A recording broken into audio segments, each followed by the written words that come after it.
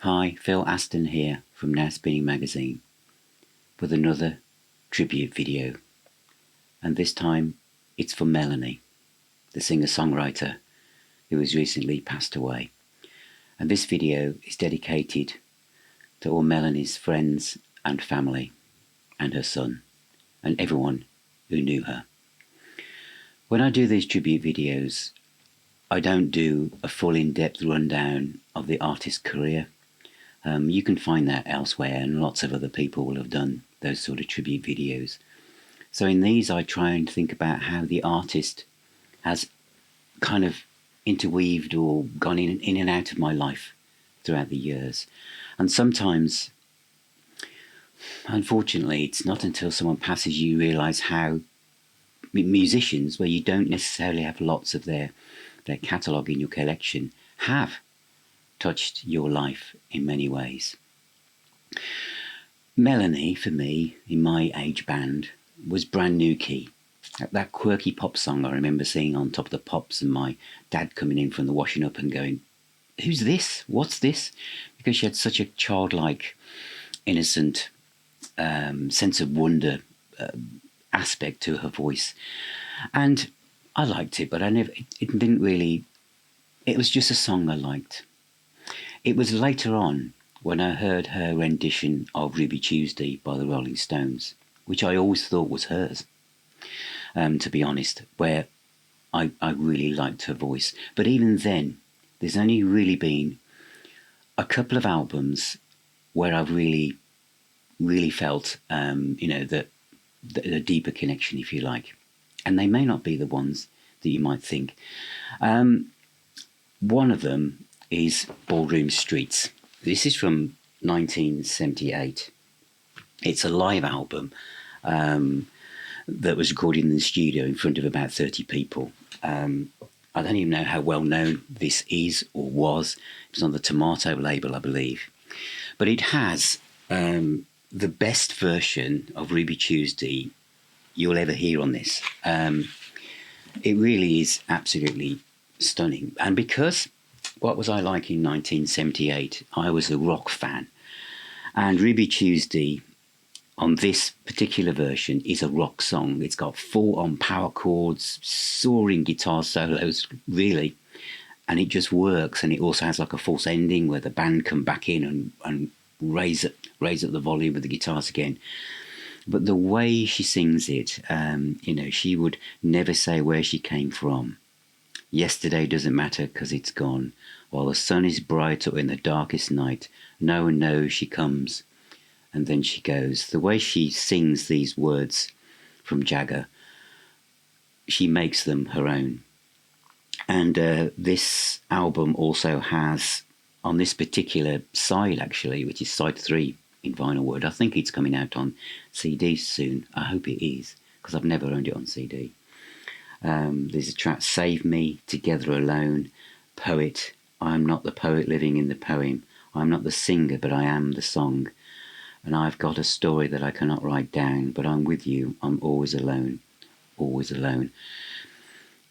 Absolutely wonderful, kind of melancholy lyrics, but I think it's probably also because of where she's from, and that brings me to, when I say from, the kind of era that she emerged from, really.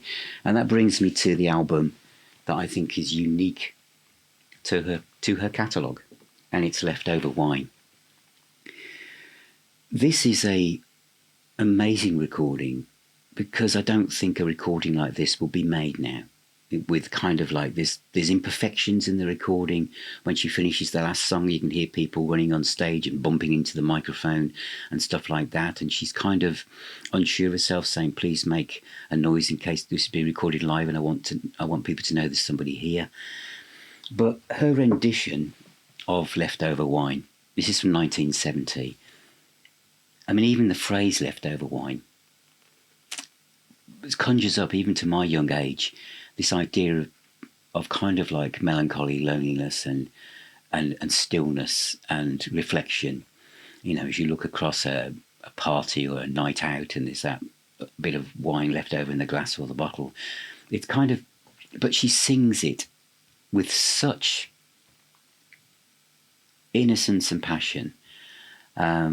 This album was recorded for, I think it was somebody called Margie English's birthday. And it says on the sleeve notes, as the concert drew to an end and the audience began to fear that each song would be the last, the flood began. Shadowy figures in beads and fringe flowed down the carpeted aisles of Carnegie Hall. They swirled into the bright stage, eddying silently along the singers who was hunched over her guitar. Few of them touched her. One gave her a bead for her hair. Another wept and whispered, "Don't leave us." Long ago she had told them, "You got to get close to it all." And they had left their isolated seats and come down the aisle for that purpose, simply to be close. She drew strength from them and sang on until she had no more songs.